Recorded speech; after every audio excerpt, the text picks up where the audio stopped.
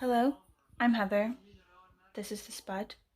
We are watching Gilmore Girls in bed and having Nero muffins because January is terrible. And for that reason, I'm back for a really quick tag, which I found online. I remember it from last year. I remember it being, cheering slightly in the January darkness. Is the Beat the Blues January book tag by Bookbreak, and I will post the info for that below, the sort of original one from last year. Okay, so the first question is a book that you've read so far this year that has cheered you up slightly. And actually, my plan to read graphic novels and listen to audiobooks sort of exclusively in January has been a really good idea. I feel like it's really helping. So I'm going to go, one of the ones that I've read recently, which has sort of cheered me up, was Penny Nichols. Can't remember all the authors, so I'll sort of put them up. The book itself is downstairs, which is too far to go at the minute, so I'm not going to go get it. But it's about sort of this girl, she's like 26 or something, and she does like all these temp jobs and stuff, and her life is terrible. And she sort of stops doing that for a bit, meets up with a couple new friends who are making like a really low budget horror movie, and sort of finds her shtick, like finds her place in life and like her crowd and everything, and like all of her happiness now comes from being part of this like horror movie like group of people. So that was really like the ending, despite the fact that it's about like a hideous horror movie with like loads of stabbings and like really gruesome gore and stuff. The ending was really happy because everyone was really good friends, and she'd like found her purpose in life, and I felt really good about that. And another one for this recently, like I'm not done with it, but I'm sort of like near the end, is The Midnight Library by Matt Haig. I'm listening to it on audiobook. And it's this idea that this woman, her life is also terrible. And she kills herself, basically, or attempts to kill herself. I haven't come to the end yet, so I don't know if it was actually successful. But she's gone into this place called the Midnight Library, which is... I'm glad you asked, Anwen Lewis. It is a library sort of in her mind or whatever, or like in the space of the world, where all of the books are all of the lives that she could have lived. So every time she made a decision... What's a decision? It's like when you like choose something, like you can do two things, but you choose to do one thing over the other thing. Oh. Every time she made a choice to do something, her life would go down the path she chose, but then the path that she didn't choose would become like an alternate life, like an alternate universe life. So in this library, all the books in the library are these alternate lives that she could have had, like a different one, a life she could have had. And she's learning that. She's like learning deep things about life, you know, about how you have to sort of accept the life you're in, and how not everything is happiness, you know, and flowers, that oftentimes there is sadness, but that doesn't mean that it's bad, because it makes the happiness better, you know, things like that. Things like, yeah, okay, your life is miserable, but there are things you can do about it. I don't know, it's just giving me like really good Zen vibes. Why? About happiness in life. Okay, so number 2 is to name a book set in winter. And someone randomly mentioned this one recently. I thought, oh yeah, I loved the crap out of that one, but I've completely forgotten about it. Like, I don't think it's even shown up on any of my like favorite book lists or like top book lists or whatever, but I loved the crap out of it. It was gorgeous. It was super interesting. Basically, the name of it is Snow Falling on Cedars. I think it's by David Guterson, something like that. Like, I'll put it up. That one is also downstairs, I'm pretty sure, but I'm not going to go get it. Basically, the idea is it takes place in the 50s on this remote island in Washington State.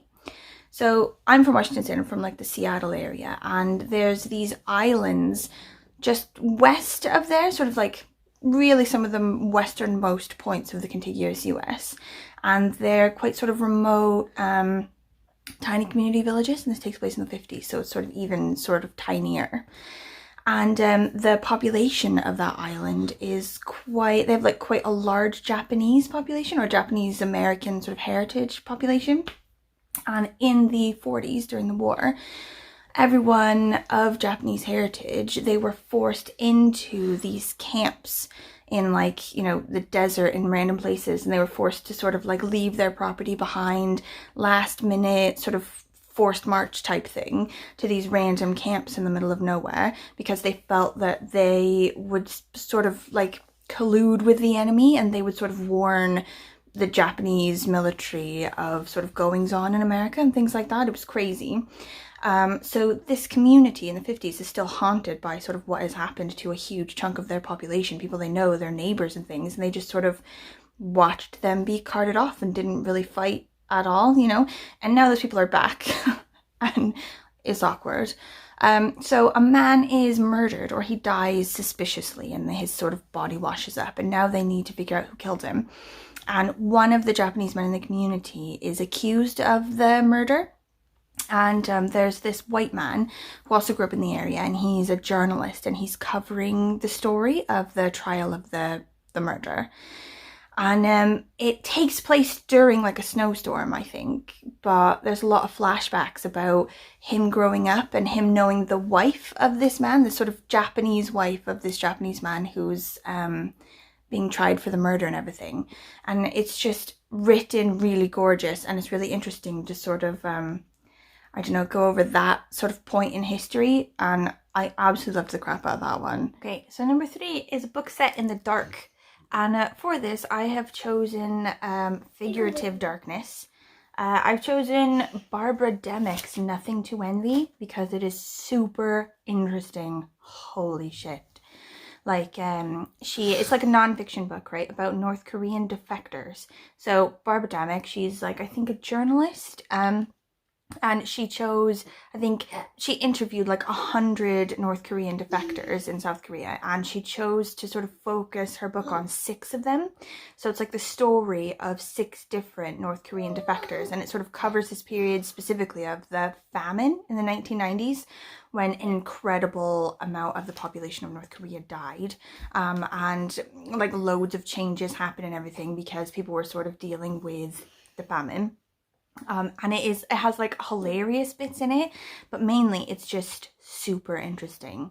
It's like a real sort of look into how people live their lives there and sort of what they're thinking when they're living those lives, you know, like their relationships. It's just wild. Like North Korea is so wild. It's so interesting. And then they sort of say about their lives now in South Korea, and like there's this one woman who just wears like wild makeup all the time, like bright blue eyeshadow, and she's just like a crazy lady now. She's just like so into being South Korean and like doing like really intense South Korean things. Anyway, I thought it was really interesting. Okay, number 4 is a book set in a cold climate. And for this one, I'm going to go for the coldest climate, space. Artemis by Andy Weir. So Andy Weir is the one who wrote The Martian as well, you know, like the one that was made into that movie where they're all on Mars and the guy gets stuck there while the other team members leave. So this is Artemis, this is a different one, but it's about like a community in the future on the moon. It's like the 2090s or the 2080s or something like this, and it's a girl who moved to the community with her dad, but she's like kind of estranged from her dad, like they don't get on, and she's like a bit of like a wild girl. Like I think her job is like officially one thing, but really she's just a smuggler. That's what she does. Like she's a bit lawless and crazy.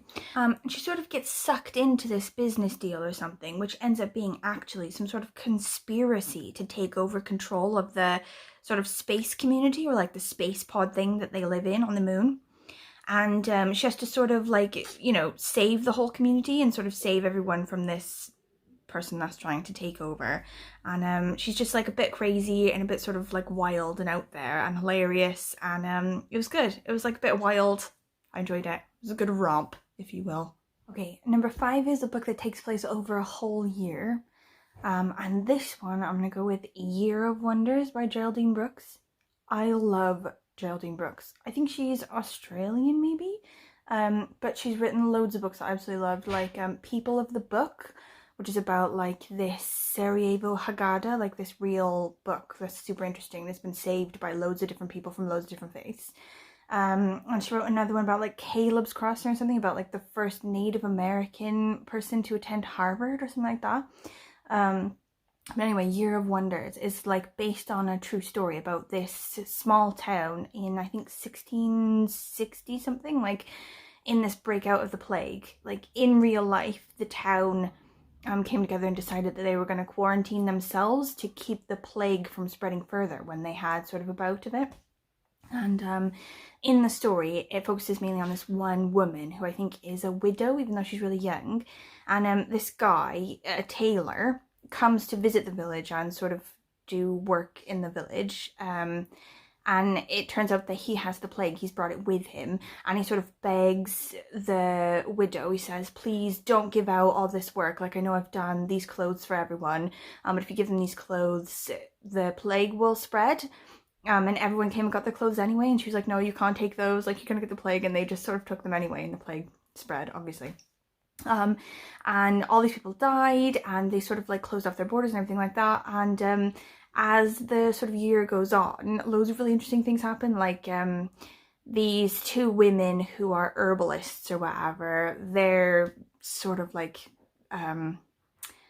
they're accused of being witches, and they're, you know, murdered because everyone thinks that they brought the plague and blah blah blah. And everyone's sort of required to take up different roles, like the gravedigger dies, and so like random people have to be the gravedigger, and the midwife dies, you know, like loads of random people have to sort of take up midwifery duties and stuff like that. And it was super interesting, and the characters are really good. I just love Geraldine Brooks. I reckon like anything she writes I'll just read forever, but that one was particularly good. I've been interrupted mid-tag and forced to go to the park, so that's where we're going now. Number 6 is to recommend a cozy spot to read. I can definitely recommend a non-cozy spot to read, which is this freezing cold park bench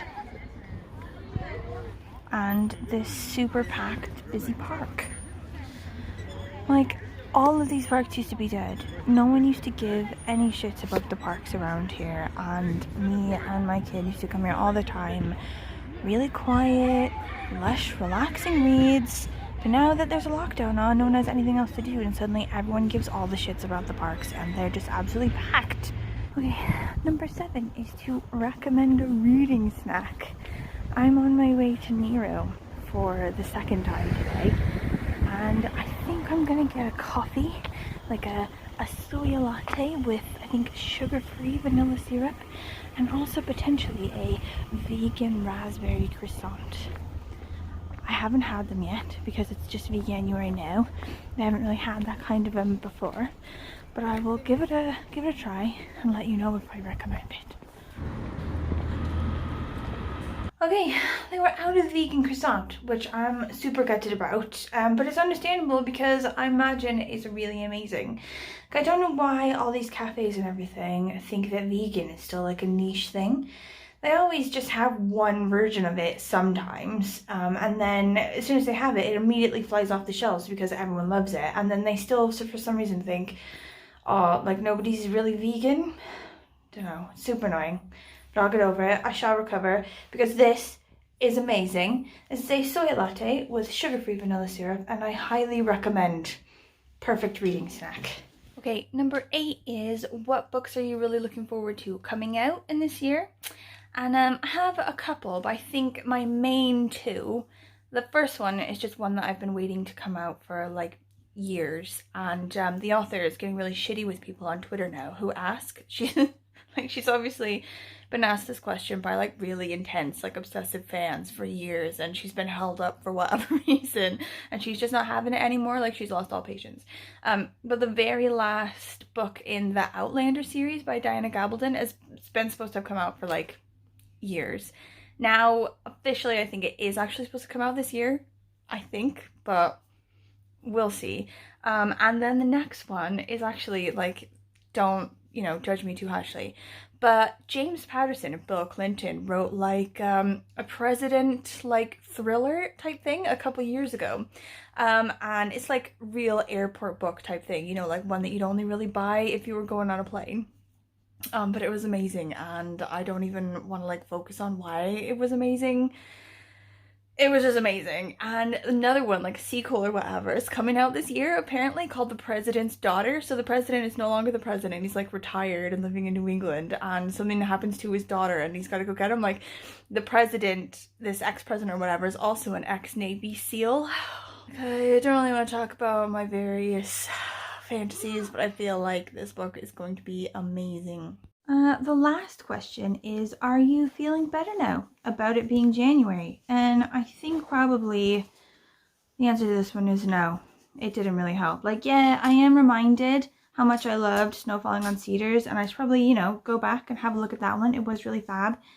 I do love to chat about books and haven't really been able to do that because it's been lockdown for a while. But, you know, it's still January at the end of the day. It's still freezing ass cold. I'm still stuck inside doing like random weird crafts with my kid. Like, there's only so good you can feel in January, unfortunately. So I hope all of you are doing way better with your January, or at least, you know, not doing any worse. And I feel like if you have any thoughts or anything about the books that I've said, or any ones that you think I might like based on those ones, I am fully 100% up for hearing about that. You know, just any comments at all, really. Lockdown is hard. I don't have a lot of people to chat with about books, and I need you guys in my life. Book support and all of that jazz. So I will see you next time. I think my next one might be Dydd Santes Dwynwen related. Dwynwen? Which is the Welsh Valentine's Day, and that's at the end of January. So maybe I'll have like a think about something to do with that. Give me a bit of something to cheer myself up. God knows. Bye.